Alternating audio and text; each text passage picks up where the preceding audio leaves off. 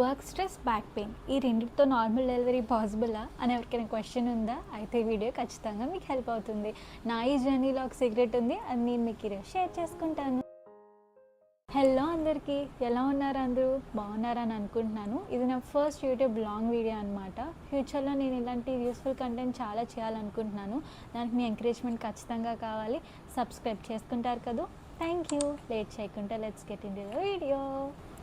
ఈరోజు నేను మీతో నా పర్సనల్ ప్రెగ్నెన్సీ వర్క్ మేనేజ్మెంట్ ఎక్స్పీరియన్స్ని షేర్ చేసుకోవాలనుకుంటున్నాను. అలాగే నేను నార్మల్ డెలివరీకి ఎలా ప్రిపేర్ అయ్యాను, తర్వాత నాకు రియల్గా యూస్ఫుల్ అయిన మెథడ్స్ నేను మీకు హానెస్ట్గా షేర్ చేసుకుంటాను.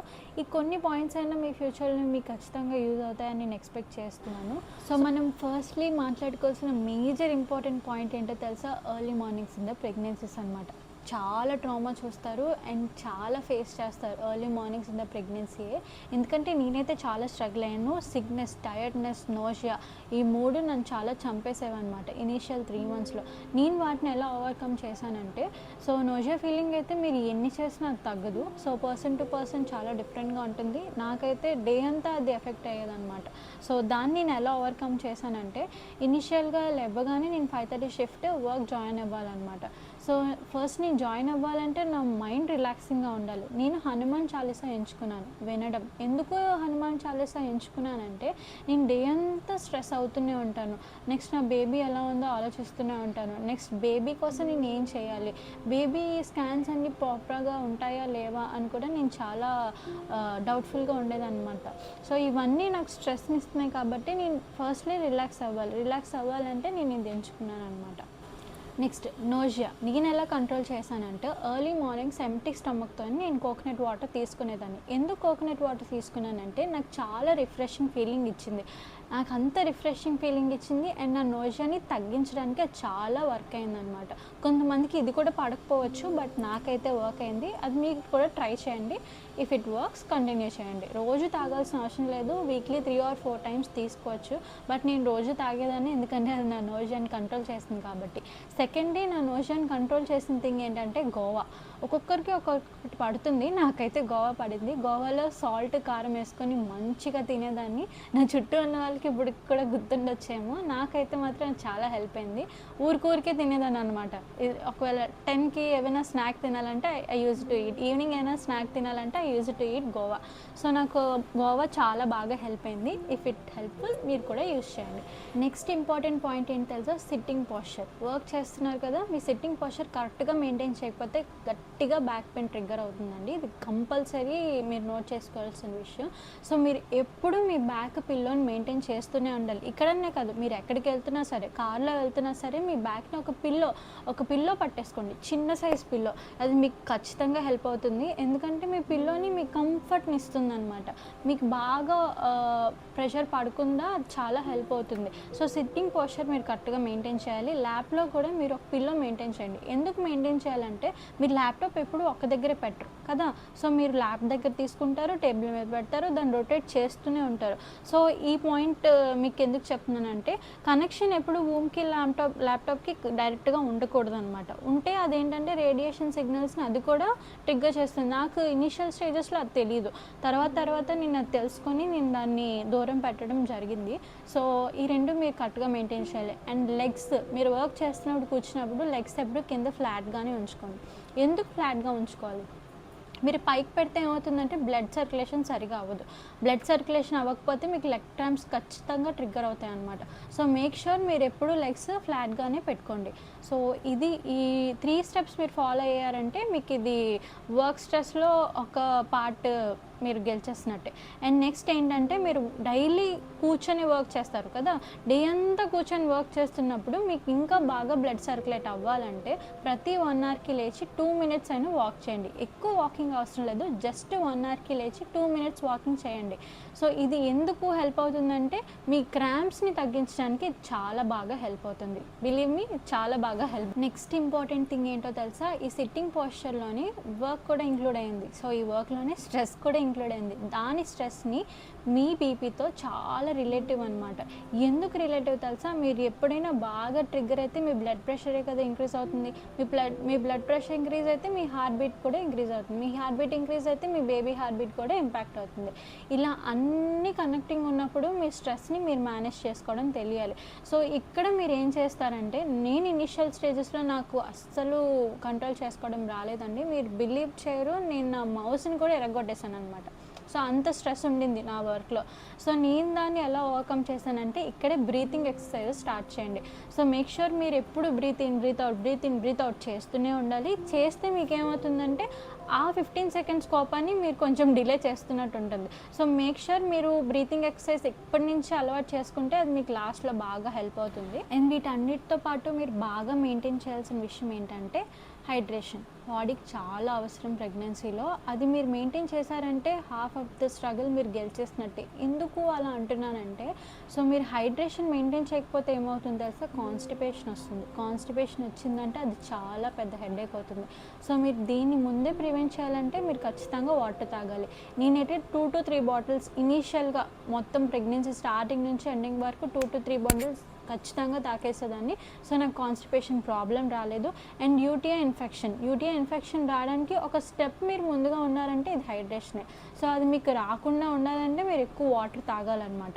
సో ఈ 2 మెయింటైన్ చేయండి, చాలా హెల్ప్. ఫుడ్ అనేది ప్రెగ్నెన్సీలో చాలా పెద్ద టాస్క్. కొంతమందికి అస్సలు తినాలనిపించదు, కొంతమంది తింటూ ఉంటారు. అది తింటూ మేనేజ్ చేసే వాళ్ళకి మాత్రం ఇది బెనిఫిట్ అని చెప్పాలి. ఏం చేయొచ్చు అంటే, మీరు ఎప్పుడు హెవీ మీల్స్ తీసుకోకండి. ఎస్పెషల్లీ బ్రేక్ఫాస్ట్ ఎప్పుడు మీరు హెవీగా తీసుకోకండి, లోకీగా తీసుకోండి. ఏదో ఒకటి మీకు ఏది తినాలనిపిస్తే అదే తినండి. సో ఇంట్లో చేసిన ఫుడ్ అయితే బాగా ప్రిఫర్ చేయండి, బయటది మాత్రం వద్దు. సో నేను ఎందుకు బయటది వద్దంటున్నానంటే, అది అందరికీ ముందులాగా మనకి ప్రెగ్నెన్సీ ముందు పడినట్టు ఇప్పుడు పడకపోవచ్చు. నాకైతే ఏ ఫుడ్ తేడాగా అనిపించినా పక్కా మోషన్స్ అయిపోయాయి అనమాట. సో ఇన్ కేస్ బయట ఇడ్లీ తిన్నా సరే నాకు ఒక్కొక్కసారి మోషన్స్ అయిపోయేవి. ఆ మోషన్స్ అయితే అప్పుడు మాత్రం టార్చర్ ఉంటుంది, అది వేరే లెవెల్. సో మీరు దాన్ని ముందే ప్రిడిక్ట్ చేసుకొని ప్రివెంట్ చేసుకొని లోకీగానే తీసుకొని ఇంట్లోనే తీసుకోండి. 10కి ఏదో ఒక స్నాక్ మీ టేబుల్ దగ్గర పెట్టుకోండి. బనానో, డ్రై ఫ్రూట్. నేనైతే చెప్పినట్టు గోవా నేను తినేదాన్ని. సో మోస్ట్లీ నేను గోవా తినేదాన్ని. సో నా ఫేవరెట్ స్నాక్ ఇన్ ప్రెగ్నెన్సీ అనమాట.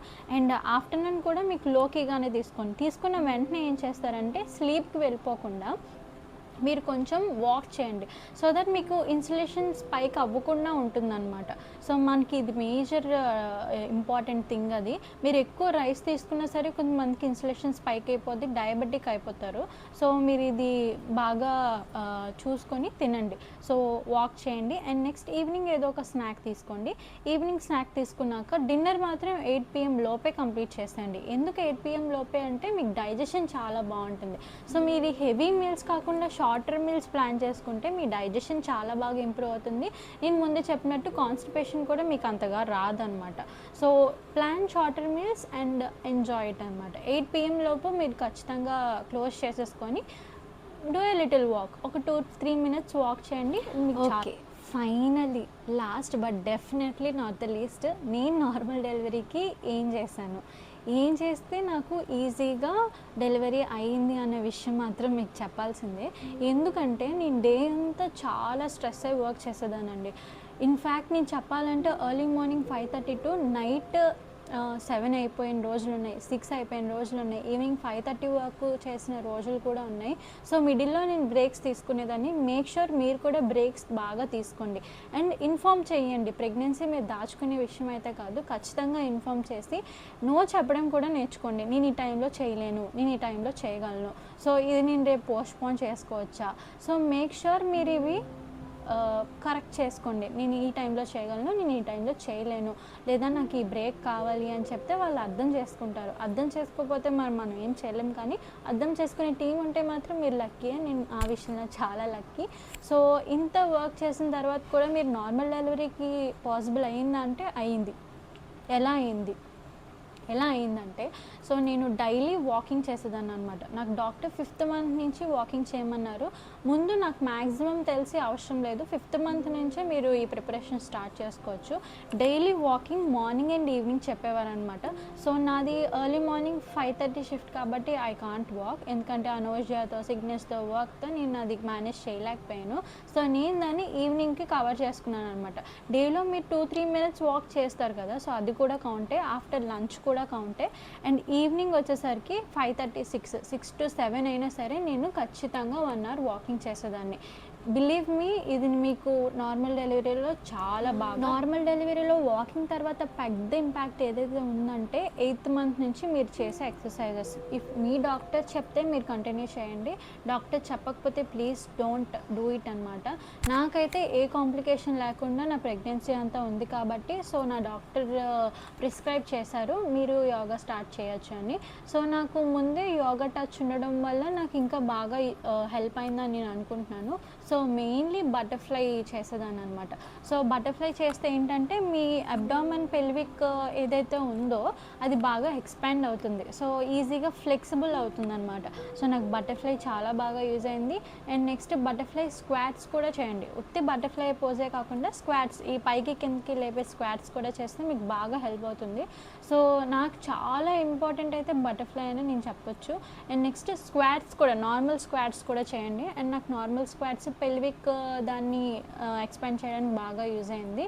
సో తర్వాత డక్ వాక్ కూడా చేయండి. డక్ వాక్ చాలా బాగా హెల్ప్ అవుతుంది. If you are comfortable with అండి, మీకు ఏది కంఫర్టబుల్ అయితే మీరు అది చేసుకోండి. సో 8th మంత్ నుంచి మాత్రం నేను ఎక్సర్సైజెస్ స్టార్ట్ చేశాను, అది చాలా బాగా హెల్ప్ అయింది. సో నేను 8th మంత్ నుంచి చేయగా 9th మంత్ స్టార్టింగ్లోనే నాకు పెయిన్స్ వచ్చేసాయి. సో బేబీ హెడ్ నాకు కిందకు వచ్చేసి నాకు నార్మల్ డెలివరీ అయిపోయిందనమాట. సో కంప్లీట్గా నార్మల్ డెలివరీ వీడియో మీకు ఫ్యూచర్లో కావాలంటే నేను చేస్తాను, but I'm not explaining here more. So ఇది నా స్టోరీ అనమాట, నార్మల్ డెలివరీ. సో ఇవి చాలా చిన్న చేంజెస్ లైఫ్లో, కానీ అది పెద్ద ఇంపాక్ట్ చూపిస్తుంది అనమాట. సో నాకు ప్రెగ్నెన్సీ అనగానే అదో పెద్ద సిక్నెస్లా చూడడం మానేసి యాక్టివిటీలా చూడండి. ఎందుకంటే సిక్నెస్లో మీరు ఒకే దగ్గర ఉండిపోతే అది మీకు ఎనర్జీని ఇవ్వదు కదా. సో యాక్టివ్గా మీరు పార్టిసిపేట్, ఏదో ఒక దాంట్లో కిందికి పైకి తిరగడం, స్టెప్స్ ఎక్కడం అనేది ఇనిషియల్ స్టేజెస్లో అవాయిడ్ చేయండి. బట్ వన్స్ మీరు 6th మంత్ 7th మంత్కి వచ్చినప్పుడు స్లోగా స్టెప్స్ ఎక్కి దిగడం అదొక యాక్టివిటీలా పెట్టుకోండి. అండ్ ఇంట్లో పనులు, చిన్న పనులు క్లీనింగ్ చేసుకోండి. సో ఇంట్లో వాళ్ళు మిమ్మల్ని ఎలాగో చేయనివ్వరు, బట్ చిన్న వాళ్ళు ఇన్వాల్వ్ అవ్వండి. ఇన్వాల్వ్ అవుతూ ఏమవుతుందంటే మీ బాడీ చాలా సపోర్ట్ చేస్తుంది లేబర్ టైంలో. సో ఇది నాకైతే చాలా బాగా హెల్ప్ అయింది. నేను ఇంట్లో పనులు కూడా ఇన్వాల్వ్ అయ్యి చేసేదాన్ని, రోజు కాకపోయినా. బట్ మీకు ఎప్పుడు బాడీ బాగా స్ట్రెయిన్ అవ్వలేదు అని అనిపిస్తే మీరు యూ కెన్ డూ ఇట్. మీరు అలా చేస్తే ఏమవుతుందంటే మీ బాడీ లేబర్కి బాగా ప్రిపేర్ అవుతుంది అన్నట్టు. ఇది చాలా సింపుల్ అనమాట. సో లాస్ట్లో మీకు ఈజీగా ఉండాలంటే మీరు కొంచెం ఎఫర్ట్ పెట్టి ముందే ఇవన్నీ చేస్తే ఈ చిన్న చేంజెస్తో మీరు ఖచ్చితంగా. Those are working in pregnancy never be a weak person అనమాట. వాళ్ళు చాలా స్ట్రాంగెస్ట్ పర్సన్ అని నేను బిలీవ్ చేస్తున్నాను. ఎందుకంటే ఒక కంప్లీట్ వర్కింగ్ ఎన్వైరన్మెంట్ని అండ్ ప్రెగ్నెన్సీని మెయింటైన్ చేయడం అనేది చాలా పెద్ద big task. Those are doing it are really great people. So and finally thank you for watching. ఇలాంటి మోర్ యూస్ఫుల్ కంటెంట్ చేయాలంటే మీ ఎంకరేజ్మెంట్ చాలా అవసరం నాకు. Please subscribe and thank you so much for watching. Bye bye.